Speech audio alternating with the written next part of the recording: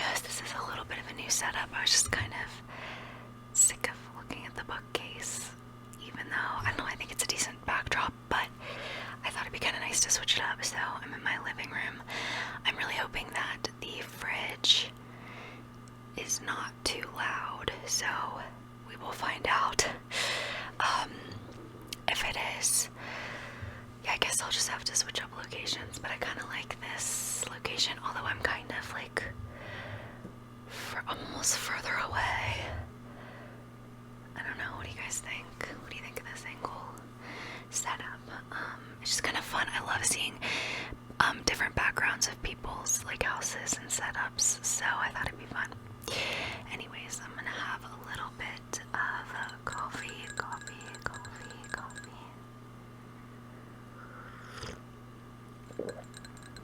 This really cute mug.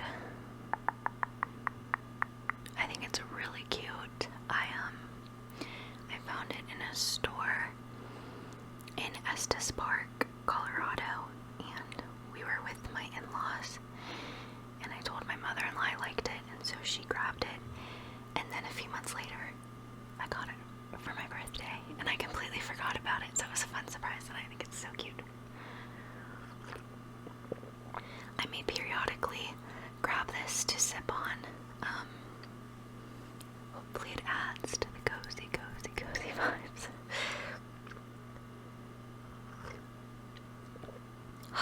Tastes so good. It has pumpkin creamer in it. Pumpkin creamer. Anyways, yeah, hopefully my living room is attached to my kitchen, which I actually have like an apartment tour I can link, if you're curious. But anyways, so like the kitchen, like it's kind of open, and our fridge is like 32 years old or something, so it's loud. So today's video is gonna be, it's Halloween themed, but a little bit different. I know a lot of people do like themes for holidays and stuff. I actually don't like Halloween. I did not celebrate Halloween as a child. That was my parents' choice to opt out of Halloween festivities. It was a little easier for us because my dad's birthday's on Halloween, so we would just celebrate. We'd like go out to eat for his birthday and then come home when trick-or-treating was done. My parents would still give us like bags of candy. We just wouldn't trick-or-treat. And then we would celebrate. It also, like, it's not like I was the only person I knew that wouldn't trick-or-treat. Like, we had family friends or like friends and stuff that also didn't, and then obviously I had friends that did, so it was a kind of hodgepodge. So the people who didn't want to celebrate Halloween for religious reasons, we would celebrate All Hallows Eve, which is like All Saints Day. I mean, it's similar. Anyways, so it's not like, it was never a thing in my family, and like my parents were never into like horror movies or scary stuff or anything, so I was pretty sheltered as a child in terms of like scary things, like actually scary things, and then also just stuff that like was Halloween themed, not really that scary. So my tolerance for scary things is extremely low. So Halloween has never appealed to me. I don't like the scary stuff. I like fall. But yeah, we don't live in a neighborhood, so it's not like it's a huge choice for us whether we like omit Halloween or not. The last few years, I think my son has dressed up, so yes, then I guess technically we do celebrate Halloween. But I was at the library and I was in the holiday section looking at books, and I saw this book, The Story of Halloween. I thought it would be really cool just to learn about it's a kid's book, but it basically just goes through like the historical background of Halloween and kind of how we got the traditions that we have today. I think that's honestly why some people don't celebrate Halloween is because of some of the background and roots of it don't align with their beliefs. It's not like they literally see a problem with walking around in costume. Like, it goes deeper than that. But this I thought was fascinating, and so my husband and I read it together. We're like, oh, that's interesting. Like, we didn't know that. So I thought that would be a fun Halloween themed video. It's more up my alley. It's not actually Halloween themed, but I found it fascinating, and I feel like that's also a genre of books, or a genre of ASMR videos, is to like tell you facts until you fall asleep. So that's kind of like what this will be. So I'll be reading this book. So it's just gonna be a whisper, essentially a whispered ramble, like a reading to you, and I might throw in some tongue clicking and like book tapping, and you'll obviously hear some page turning, and hopefully not my fridge. I'm really enjoying that coffee. Cool. So that was like, I think maybe the longest intro I've ever had. But hopefully you enjoy. If there's other, like, if you know more about the history of Halloween or some of the things that this book talks about, let me know in the comments. Like, if there's, like, if it's skipping a big part, or like, I don't know how fully accurate this is. It sounded pretty accurate to me. Like, it sounded like it made sense. And it was just fascinating. So this is called The Story of Halloween by Carol Green, illustrated by Linda Bronson.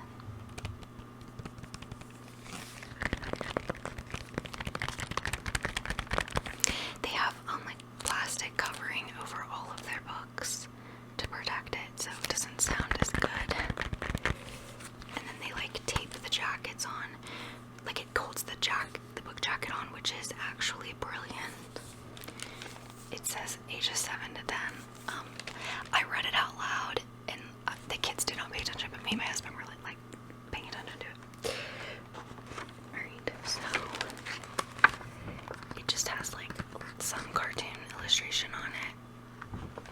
But I'm gonna turn it around to read it. Grinning jack-o'-lanterns, crowds of clowns, monsters, fairy princesses, and space travelers tramping through crunchy leaves. A chilly breeze tickling the back of your neck. Choruses of voices yelling, trick or treat, and candy, lots of candy. That's Halloween. Ghosts, druids, and singers. Hilltop fires blazing against a black velvet sky. Murmured prayers in an old graveyard. That's Halloween, too, the way it used to be.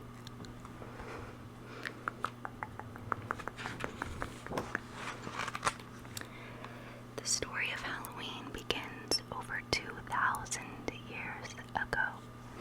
At that time, people known as Celts lived in Great Britain, Ireland, and northern France. October 31st was the last day of the year for them. They called it Samhain, which means summer's end. On Samhain, the Celts thanked the sun for their harvest and honored it with a fire ceremony. Each household put out the fire it had used for warmth and cooking during the previous year. The priests, called druids, rubbed dry oak branches together until they made sparks. The druids then used these sparks to light huge bonfires on nearby hills. Later, the head of each household would take embers from one of the bonfires home to start a new fire. I think that's really cool that they would have a big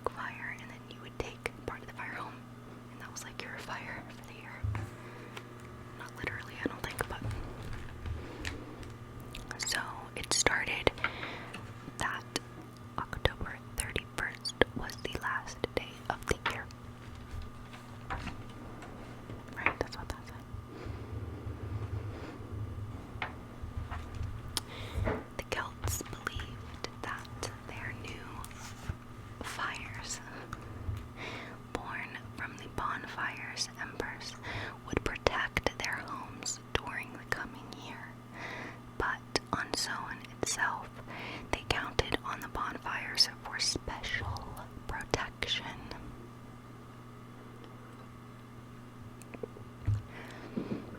On Samhain, they believed the ghosts of everyone who died during the past year came back with elves, fairies, and other scary creatures.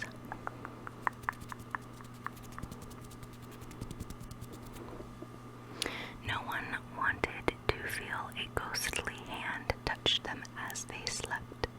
No one wanted an elf to snatch their hair or a fairy to sour their milk. So they let the bonfires burn bright and hoped that so much light would frighten the spooks away.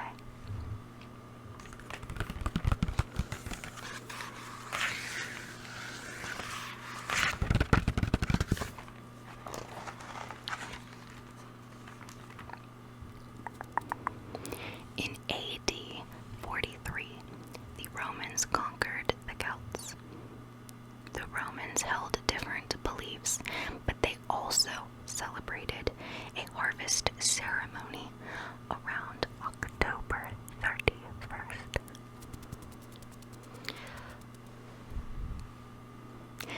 Their feast honored Pomona, their goddess of fruits, since the Romans had just finished harvesting apples and nuts from the trees. They offered some of each to Pomona. This was their way of saying thank you and of encouraging Pomona to give them a good crop again the next year.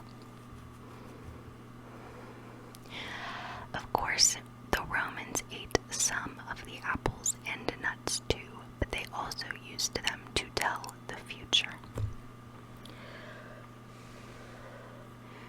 So I feel like that's kind of where the treats started from.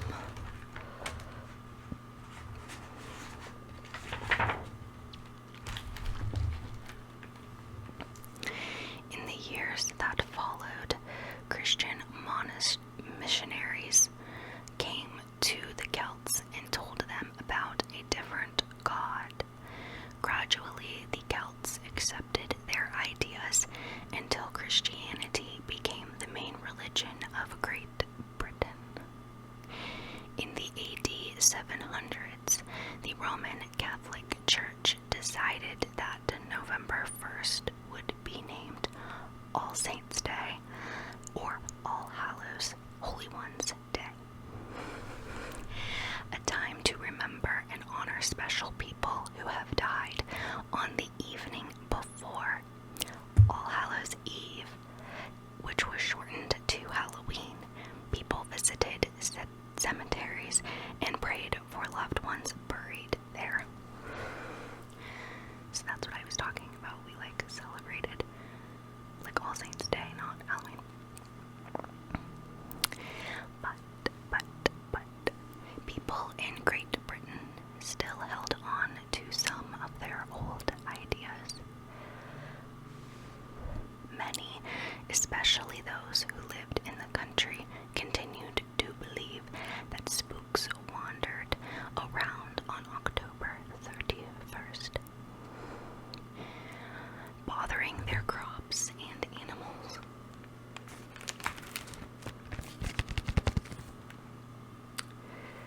So they went on burning bonfires, telling scary stories, eating nuts and apples, and playing a game called Bobbing for Apples. So it's fun to hear them talk about some of those traditions.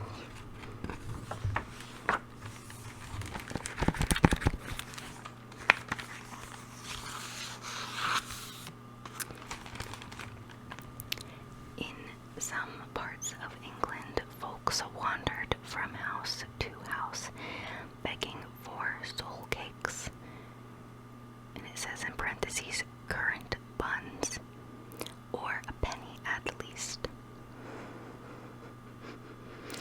They sang, if you haven't got a penny, a half penny will do. If you haven't got a half penny, then God bless you. Christmas, my husband joked that we should bring back that tradition, going house to house asking for money. Not all of these old-time trick-or-treaters wanted soul cakes or pennies, however. Some would rather make mischief. They traveled in groups, blocking up their neighbors' doors or covering their chimneys so the smoke would stay inside. Often they wore masks so their neighbors wouldn't know who they were, just as trick-or-treaters often do today. And if someone complained, they just said, "Oh, the spirits did it."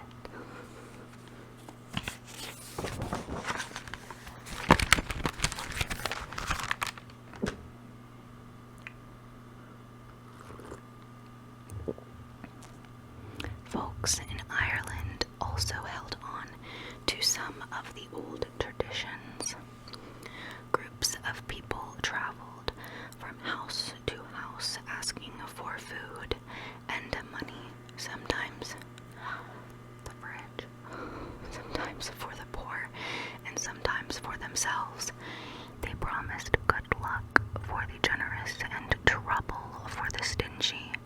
But while some did all of this in the name of Saint Columba, a Christian monk, others did it for Muck Ola, a druid god.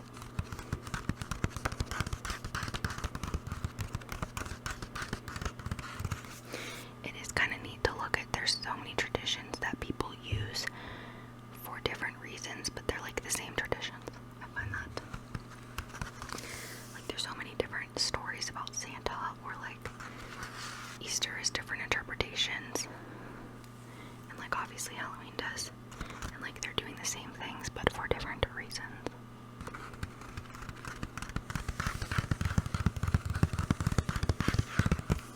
Instead of using regular lanterns to light up their All Hallows Eve activities, the Irish often hollowed out large turnips, rutabagas, and potatoes. Then they carved ugly faces into the vegetables and stuck candles inside.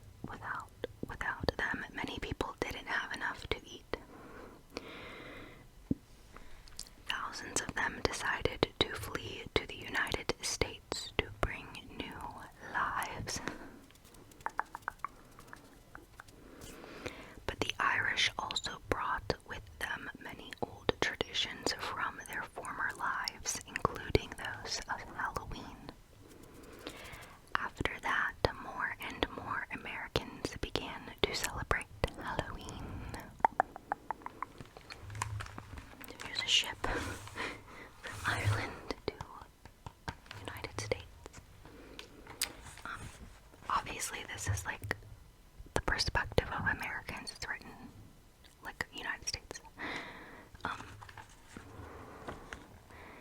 It's written by, yeah, these ladies are from Missouri and Rhode Island, or Connecticut, or whatever. Anyways, they're from the United States. So it's from like that angle.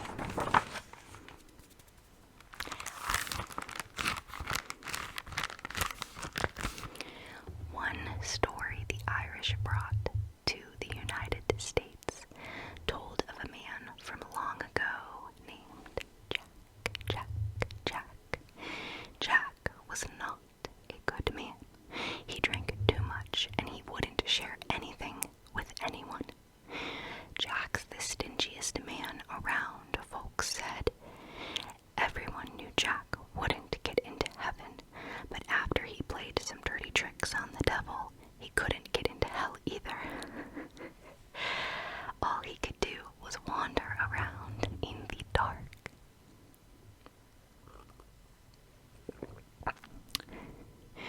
Eventually, even the devil felt sorry for Jack. That's impressive. He gave Jack a glowing coal so he could see where he was going. Jack stuck it into a carved turnip, and that became his lantern. A jack-o'-lantern. Jack the Lantern. Americans substituted a local vegetable, the pumpkin, for Jack's turnip. There were plenty of pumpkins around in late October. They were easier to carve and they looked just right, grinning on Halloween.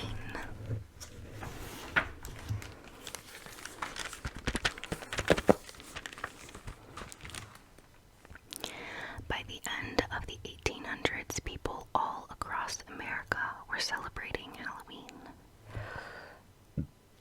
Excuse me. They especially liked trick-or-treating, a tradition that came partly from the Irish, who went around in masks asking for food and money, and partly from the English, who asked for soul cakes and pennies. Some mischievous Americans ignored the treats and just played tricks. Their neighbors might wake up on November 1st to find their windows soaked, their hay wagon on the roof, or their pigs shut up in the outhouse. And if someone complained, they just heard, "Oh, the goblins did it."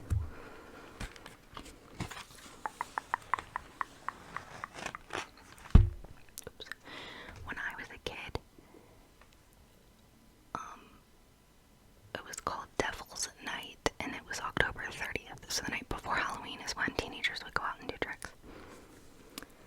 I don't know if that's like a thing everywhere, or if that's still a thing. Probably not with everyone's cameras now, like Ring cameras and stuff, security cameras. Americans also fell in love with costumes as part of Halloween, an idea that might have come from several different places.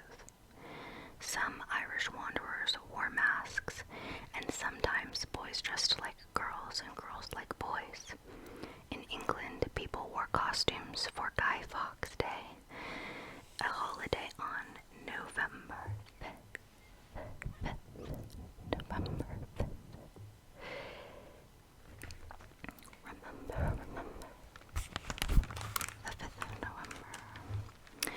And hundreds of years before Americans ever heard of Halloween, Europeans used to hold parades around their churches on All Hallows Day, when some people dressed as saints, angels, or devils. Maybe American trick-or-treaters just decided to dress up as ghosts, witches, goblins, and other frightening creatures, because they were still frightening even after so many years. After all, a big part of Halloween today continues to be acting scary or scared. That's why I don't like it.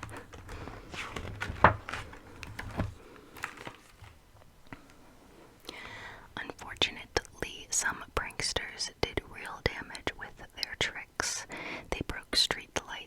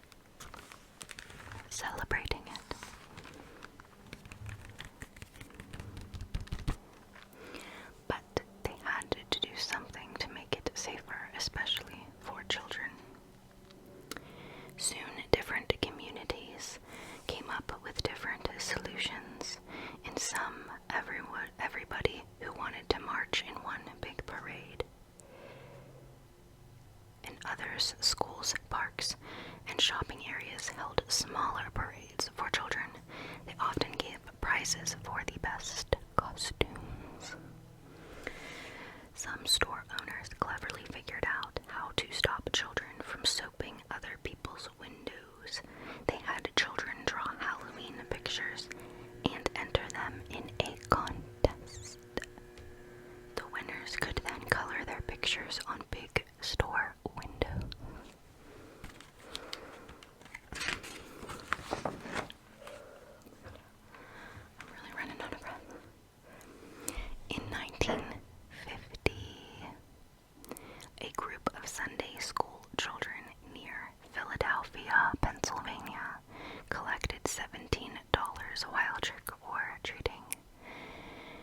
They decided to send the money to the United Nations Children's Fund, UNICEF. UNICEF helps poor and sick children around the world.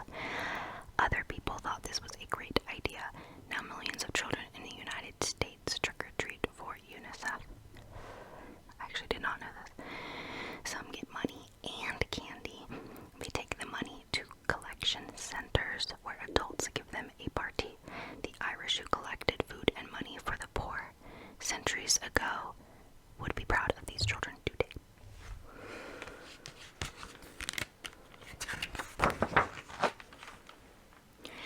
Halloween parties have become another popular way to celebrate in the United States. And once again, some of the traditions go way back. Bobbing for apples in a tub of water and eating candy apples bring to mind the ancient Romans and their goddess of fruits, Pomona. Ghosts and other creatures that frightened the Celts show up as costumes and decorations today. So do creatures such as owls, bats, and spiders, which scared people long ago because they come out at night. A cheerful jack-o'-lantern in someone's front window is the descendant of a rutabaga, turnip, or potato in long ago Ireland. And when someone begins telling spooky stories at a Halloween party, he or she is doing the same thing others did in Great Britain hundreds of years ago.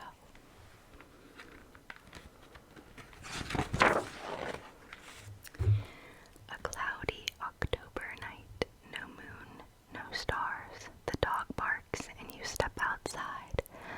Brrr, it's chilly. Suddenly, something brushes against your face. Is it a ghost or just a spider web? You shudder. The dog barks again. Now you see them, horrible grinning faces coming toward you. No, they're just a bunch of carved out vegetables with lights inside. But who are the people in masks carrying them? Why, they're your neighbors collecting food and money. Now everyone is talking and laughing. The dog is wagging his tail. You give your visitors some coins and apples. Lots of apples. Whatever year it is, happy Halloween.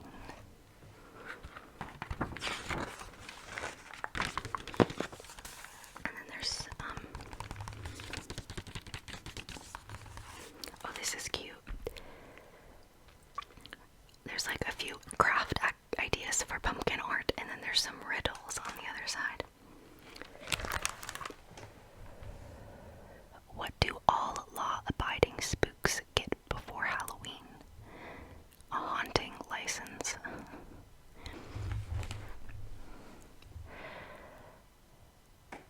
What colors are the spook flag? Dread, fright, and boo. Because it sounds like red, white, and blue. Which movie do spooks like best? Goon with the wind. Like Goon. What is a spook's favorite dessert? Ice cream. I can't. I'm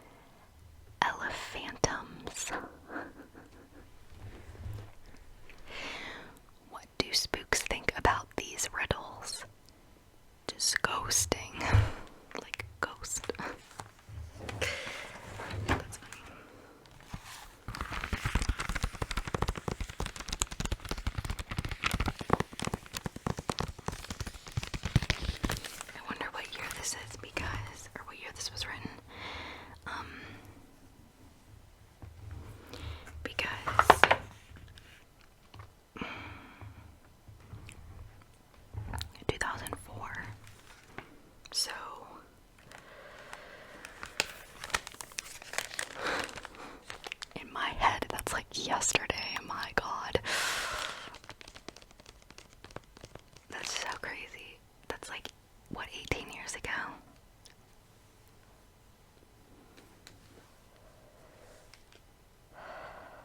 It's insane. Like, I saw a meme that said, like, sorry everybody, but it is permanently the year 2000. Like, what was 30 years ago? The 70s, 10 years ago, the 90s. Like, it's just 2000 from here on out. Which, I wasn't even that old in 2000, but, like, that's, like, how my brain functions. Like, I always think it's, like, the beginning of the 2000s for some reason.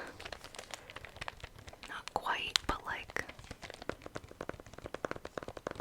So it's so crazy to hear a year like 2004 and be like, oh, that was 18 years ago. Wait, like, I thought I was 18, like, what the... Anyways. Anywhere I've been, everyone just gives out, candy, that's it. Like, no, like, I've never really gotten, I mean, I guess I've been trick-or-treating a few times, like, as an adult. I've never seen, like, apples handed out, or money, or food.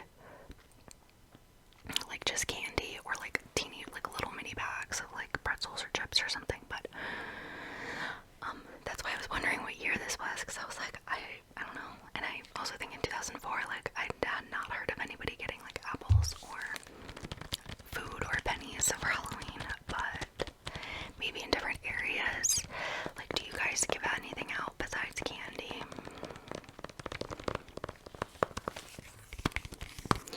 I always assumed Halloween was celebrated worldwide. Correct me if I'm wrong. Like, if you look in, I don't know anyone that trick-or-treats, let me know. Anyways, hopefully you enjoyed this, somewhat twist on a, like, Halloween-themed video. There's tons of, like, Halloween-themed videos, I feel like ASMR videos. If you like that type of stuff, I don't. So I don't usually, if it's like just like tapping on Halloween stuff, I do that. But if it's like, I don't know, like scary stories, or like I can't listen to that, or like true crime or anything, like I can't. I'm just too sensitive and anxious. So hopefully you enjoyed that. Let me know if you liked this style of video, because there's tons of books I could just sit down and read. And do not request commotion in the ocean. Just making that clear.